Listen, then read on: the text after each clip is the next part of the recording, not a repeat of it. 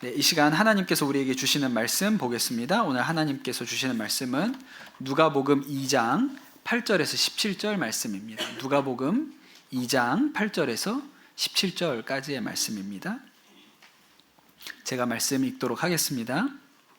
그 지역에서 목자들이 밤에 들에서 지내며 그들의 양떼를 지키고 있었다. 그런데 주님의 한 천사가 그들에게 나타나고 주님의 영광이 그들을 두루 비추니 그들은 몹시 두려워하였다. 천사가 그들에게 말하였다. 두려워하지 말아라. 나는 온 백성에게 큰 기쁨이 될 소식을 너희에게 전하여 준다. 오늘 다윗의 동네에 너희에게 구주가 나셨으니 그는 곧 그리스도 주님이시다. 너희는 한 갓난 아기가 포대기에 쌓여 구유에 뉘어 있는 것을 볼 터인데 이것이 너희에게 주는 표징이다.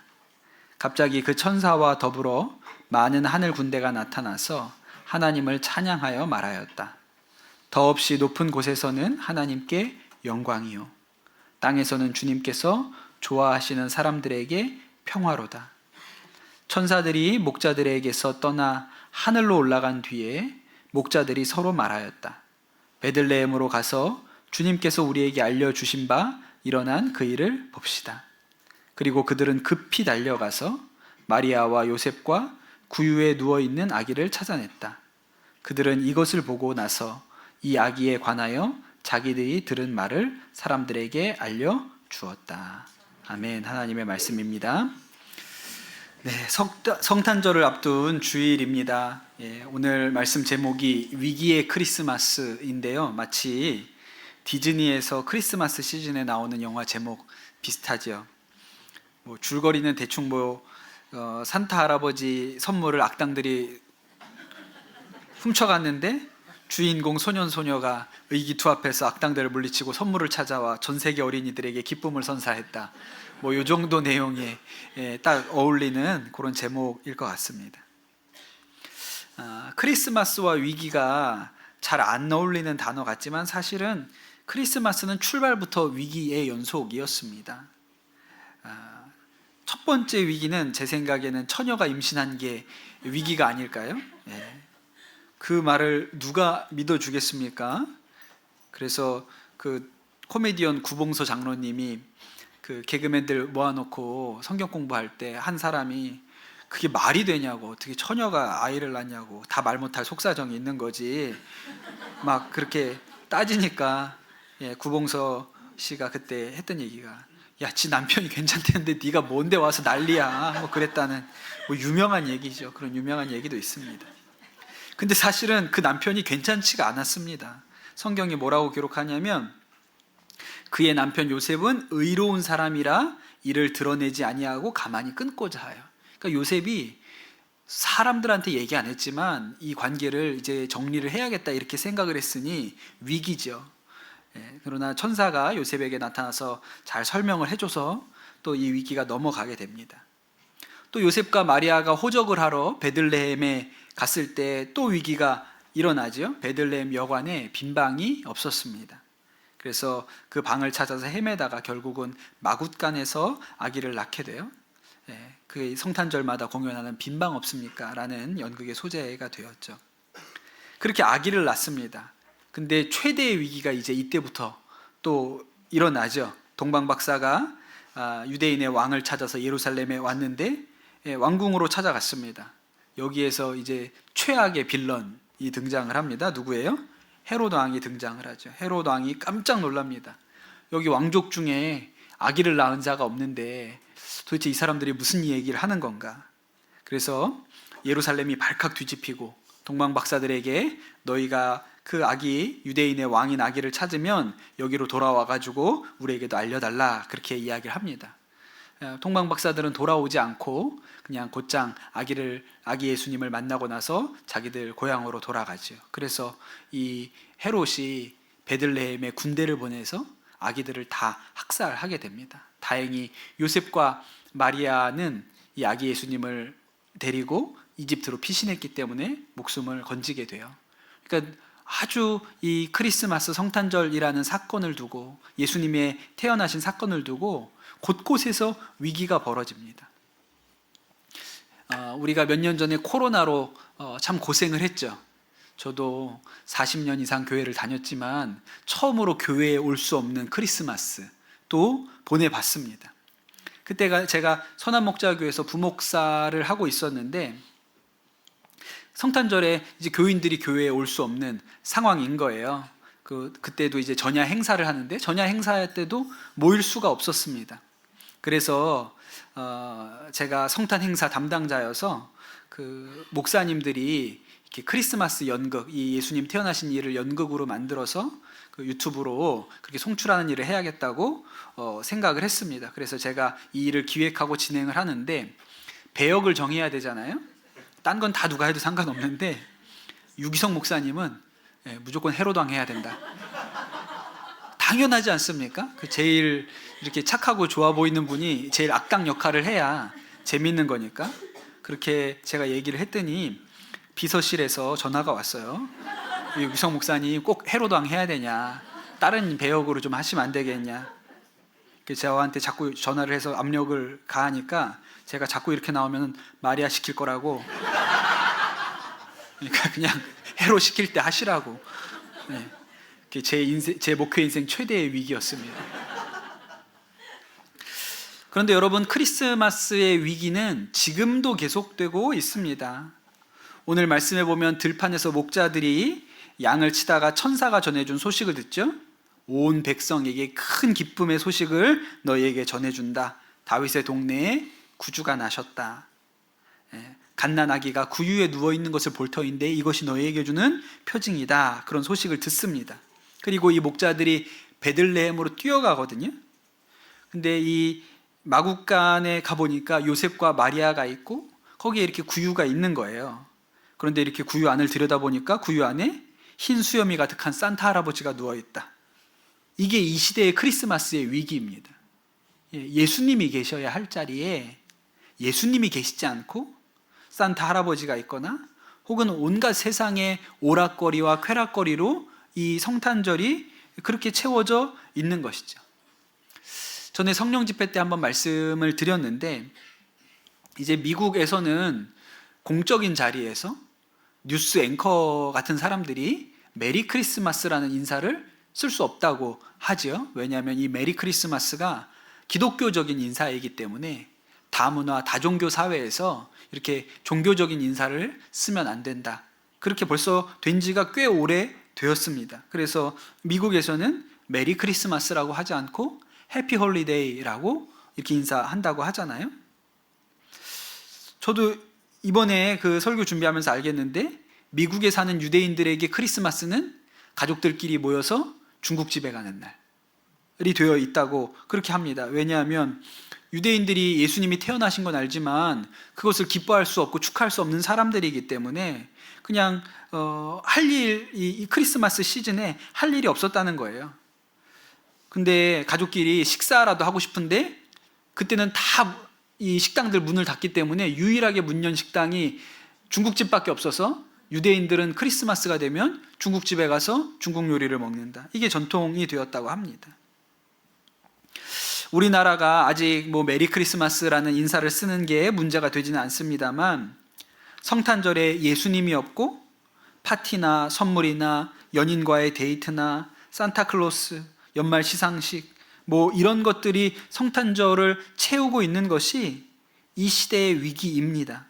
그런데 여러분, 이것은 밖으로부터 오는 위기라면 지금 우리 그리스도인들 안에서 일어나는 위기가 또 한 가지가 있습니다. 뭘까요? 그것은 크리스마스에 대해서 이 성탄절에 우리 안에 기쁨이 사라졌다는 것입니다. 천사들이 목자한테 큰 기쁨의 소식을 전해준다고 얘기했거든요. 이것이 큰 기쁨의 소식이라고 얘기를 했어요. 성탄절은 기쁨의 절기입니다.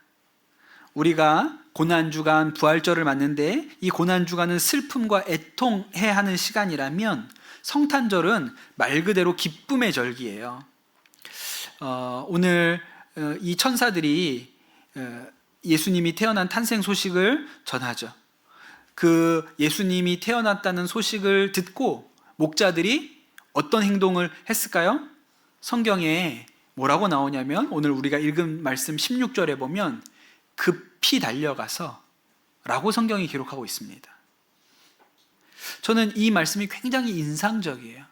이 목자들이 예수님이 태어났다는 소식을 듣고 급히 달려갔어요. 몇 년 전에 신문에 나왔던 짤막한 이야기입니다.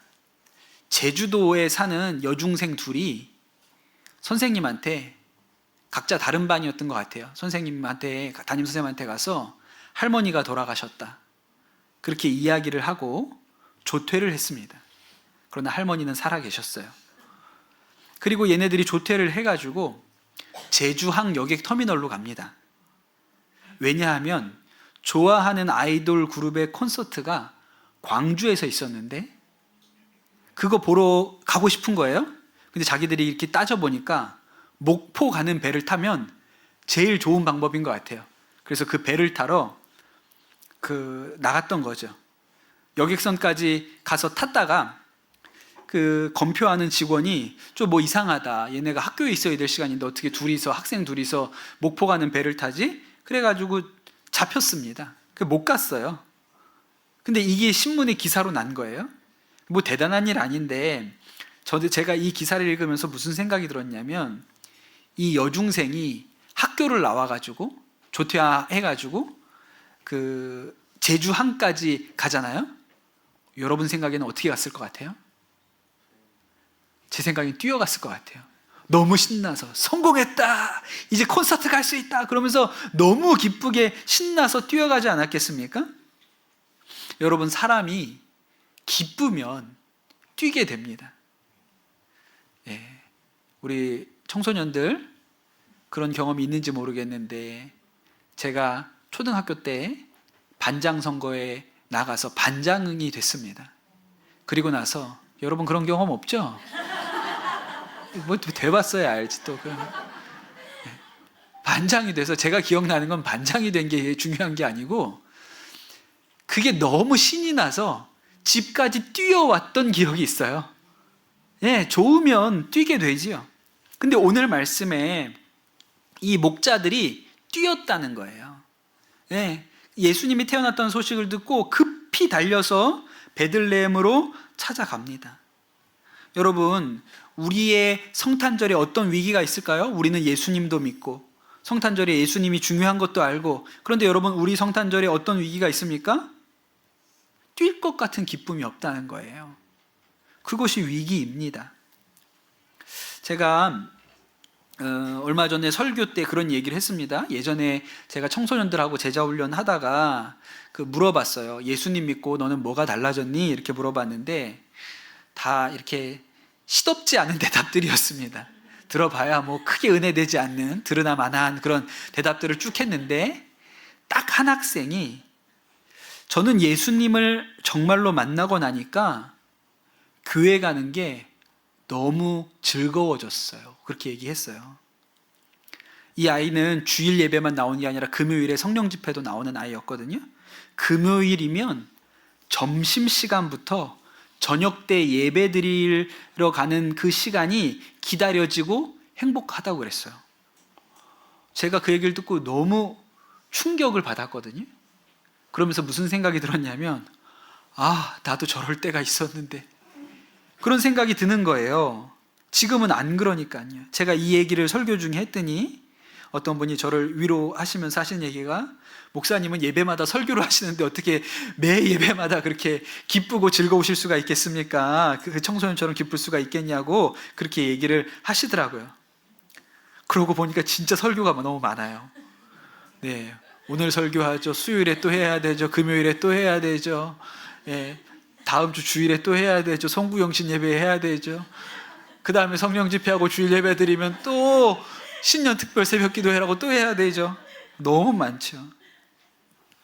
그런데 여러분, 마귀가 우리의 크리스마스를 망가뜨리는 방법이 무엇일까요? 크리스마스에 대폭설이 내려서 아무도, 우리 중에 누구도 교회 예배당에 나올 수 없게 만드는 것이 마귀의 계략이겠습니까? 아닙니다. 그렇게 할 이유가 하나도 없어요. 또 코로나처럼 전염병이 또 돌아서 예배에 모일 수 없게 만드는 것이 마귀가 하려는 일일까요? 그러면 우린 또 온라인으로 모이겠지요. 그런 게 아닙니다. 여러분, 예배도 있고 성탄절 전야 축제도 있고 다 해도 괜찮아요. 딱 하나만 없애면 됩니다. 뭐만 없애면 될까요? 기쁨만 쏙 빼버리면 돼요. 기쁨만 쏙 빼버리면 됩니다. 신앙생활이 그렇죠. 교회 나오고 예배드리고 헌금도 하고 봉사도 해요. 마귀가 그걸 못하게 막지 않습니다.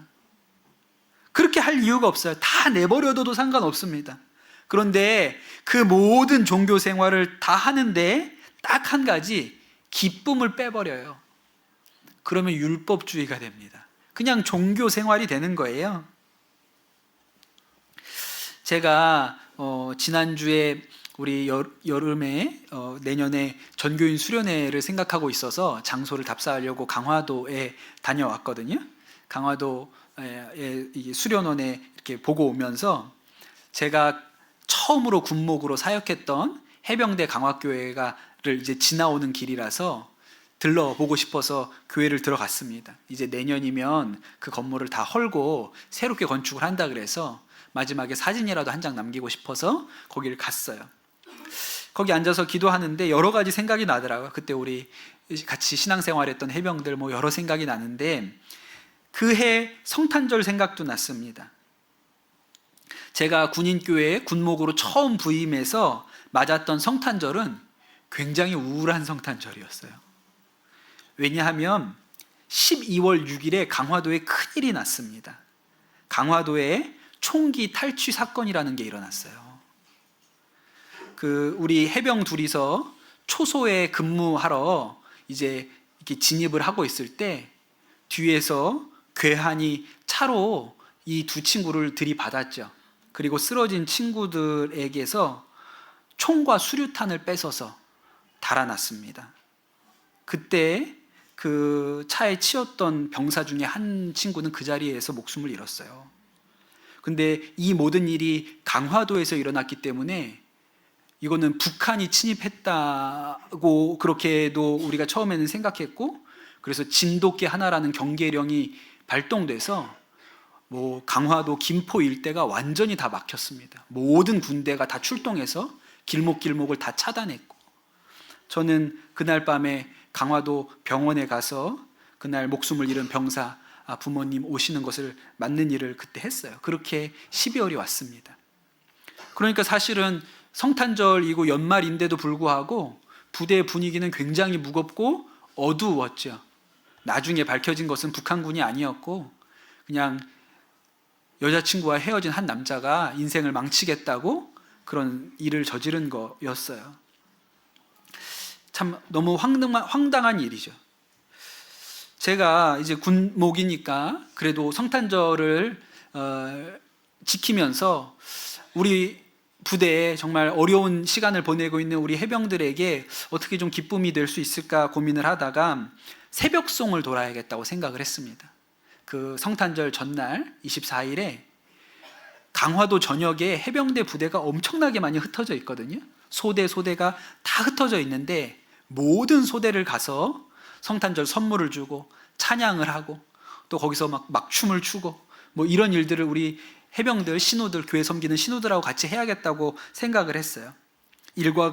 군인들 일과가 이제 6시부터 종료가 되고 저녁 식사를 하기 때문에 저녁 6시부터 이제 저희가 차를 타고 강화도에 있는 모든 해병 소대들을 찾아다니기 시작했거든요. 그래서 저녁 6시에 시작했어요. 그래서 마지막 소대까지 다 돌고 나니까 새벽 6시가 됐습니다. 그 12시간을 돌아다닌 거예요.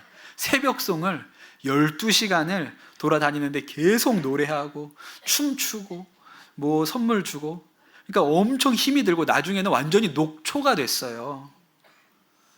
근데 그 기억이 왜 지금도 있냐면, 그런데 마음이 왜 이렇게 기쁜지, 그 밤새워서 그 해병들을 다 찾아다니면서 격려하고 또 축복하고 기도해주고 왔던 일 때문에 얼마나 마음이 기쁜지요. 들판의 들판의 이 목자들이 그 예수 탄생의 소식을 전하려고 막 기뻐서 뛰어갔지 않습니까? 마찬가지의 심정으로 그 기쁨이 제 안에 있다고 그렇게 생각을 했어요. 힘들었지만 12시간을 그러고 돌아다녔으니까 힘들었지만 힘들다고 느끼지 않았습니다. 그러니 여러분, 우리가 힘들어서 기쁨이 없는 게 아니고 기쁨이 없기 때문에 힘들다는 것을 알아야 합니다. 기쁨이 없으니까 모든 일이 힘들게 느껴져요. 사람이 기쁘면 힘들게 여겨지지가 않습니다. 그 인도에 선다싱이라는 성자가 있습니다. 아주 유명한 전도자인데, 이 선다싱은 원래는 독실한 시크교 가문에서 태어났어요.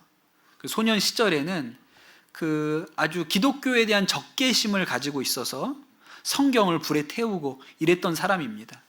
근데 이 사람이 이렇게 뭔가 깨달음을 찾는 사람이었어요. 그런데 그 시크교에서 자신의 인생의 의미를 찾을 수가 없었습니다.